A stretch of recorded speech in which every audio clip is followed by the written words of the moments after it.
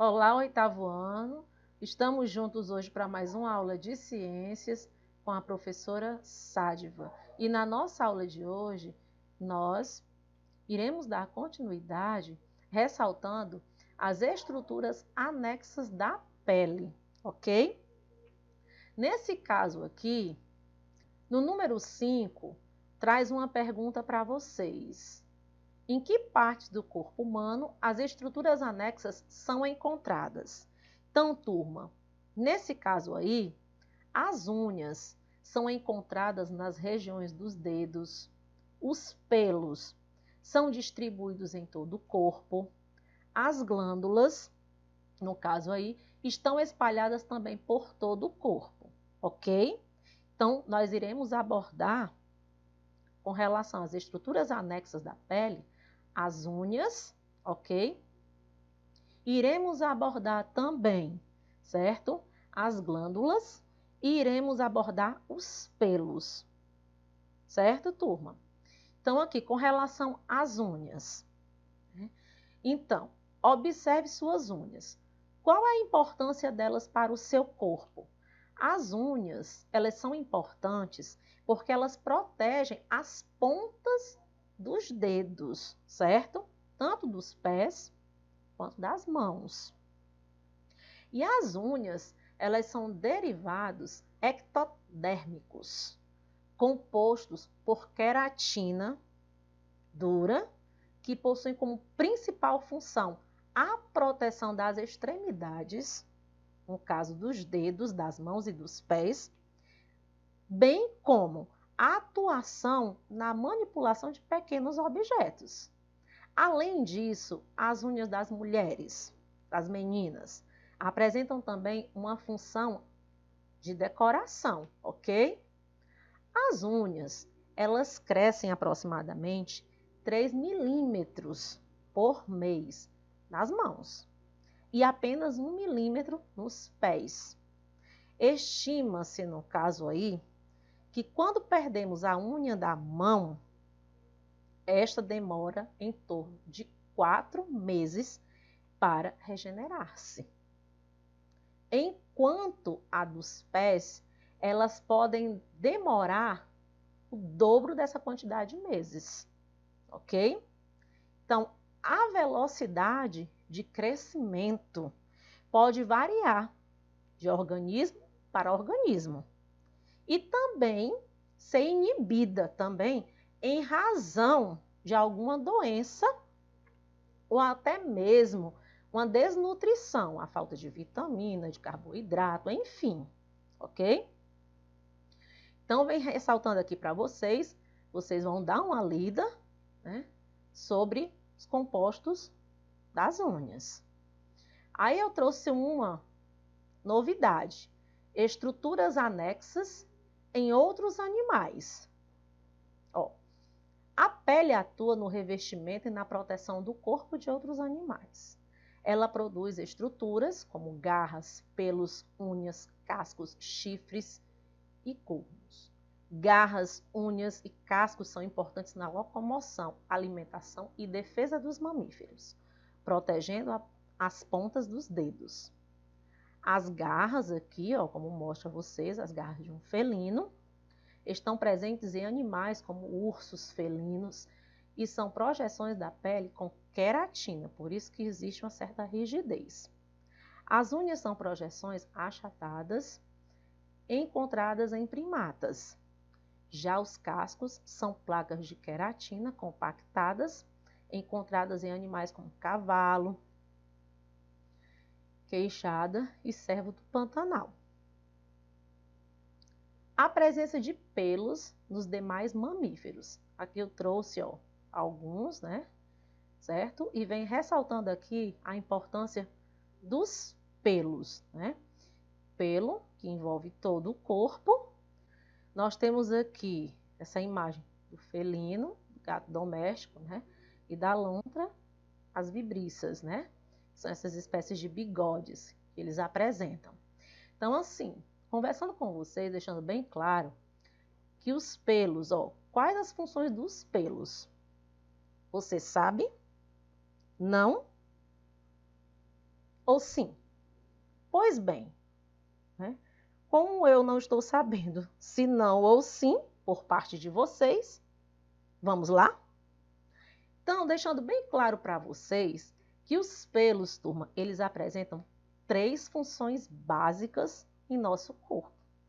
E essas 3 funções é a função protetora, a função sensitiva e a função termorreguladora, ok? A função protetora. Os pelos na cabeça servem para proteger o indivíduo do sol e do frio. Nas sobrancelhas, serve para quê? Para evitar o suor da testa. E nos cílios, protegem os olhos da luz e da poeira, ok? A função sensitiva, né? No caso aí da função sensitiva, são os pelos bem fininhos que cobrem todo o corpo e que têm a função de sentir, certo?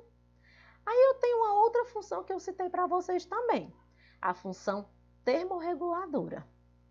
Quer dizer que os pelos exercem no nosso corpo, ou no corpo humano, de uma forma generalizada, certo? As funções de termorregulação, que é a manutenção da temperatura corporal estável, certo? Então, a ausência de cabelos é conhecida como o quê? Calvície. Já ouviram falar? Antes de eu falar sobre a haste, a raiz e o bulbo, certo? Que representam os pelos, eu vou falar sobre a calvície. Então, afeta principalmente quem? Mulheres ou homens? Aos homens, certo? E este problema está relacionado à produção de um hormônio masculino, que esse hormônio masculino ele é conhecido como a testosterona, que começa a ser produzido na adolescência do indivíduo, certo? Então, os pelos, turma, são estruturas alongadas, formadas, ó, por haste, raiz, certo? E até o bulbo também. Então, ressaltando aqui a haste, nós podemos observar que essa parte superior do pelo, formada por células mortas, ricas em queratina. Professora, certo? Essa parte visível do pelo existe por todo o corpo, né? Tudo bem. Com relação à raiz, né? É a porção inferior, no caso aqui, ó, do pelo, situada na derme, que é a camada interna da pele. Então, essa porção do pelo, ela é formada por queratina, que se multiplicam, e com o passar do tempo, morrem, formando essa haste, ok? Levando em consideração, né, o bulbo é a região, no caso aqui, ó, essa partezinha aqui, certo? Alargada na base do pelo, cujos vasos sanguíneos fornecem nutrientes e oxigênio para as células do pelo.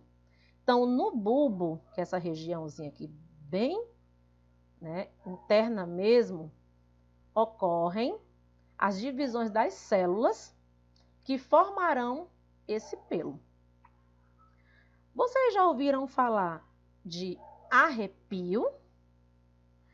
Ó, quando estamos com frio ou com medo, podemos perceber que os nossos pelos, eles ficam eriçados.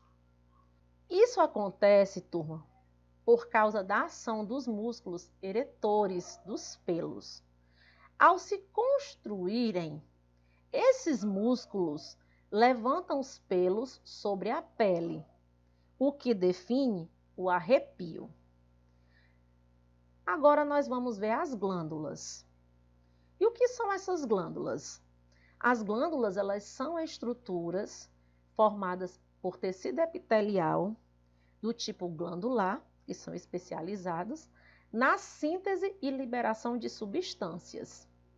Então, nós temos, além das glândulas sebáceas, das glândulas ceruminosas, das glândulas sudoríferas, nós temos também as glândulas mamárias, ok?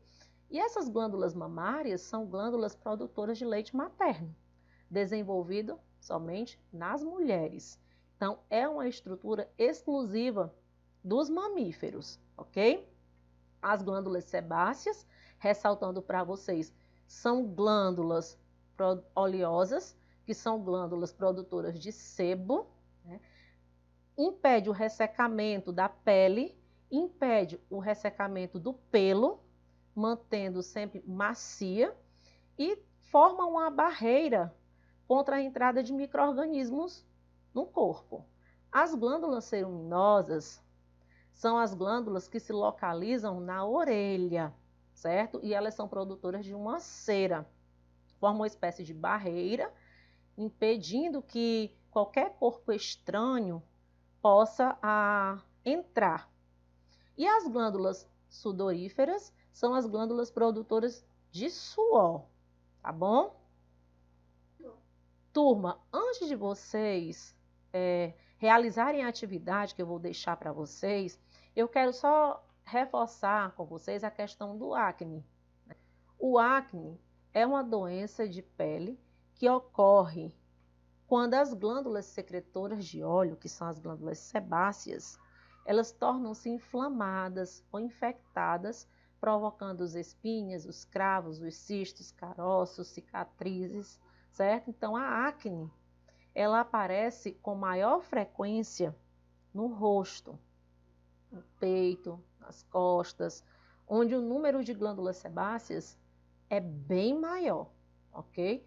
Que são as glândulas que produzem o sebo, no caso aí, né? A gordura, tá certo? A oleosidade. Então, vou deixar aqui para vocês a atividade da página 213 e a atividade da página 214 até a 215, ou seja, da 213 a 215, no módulo 2, para vocês colocarem em prática. Então, leiam, releiam, pesquisem, na forma de pesquisa, vocês irão realizar essa atividade, ok? E vocês irão prestar conta dessa atividade comigo, certo? Na quinta-feira, no nosso plantão, ok? Da tarde. Então, eu estarei aguardando vocês na quinta-feira para retirar quaisquer dúvidas que venham a surgir sobre o assunto. Quero deixar aqui um grandioso abraço e até a nossa próxima aula. Certo, pessoal?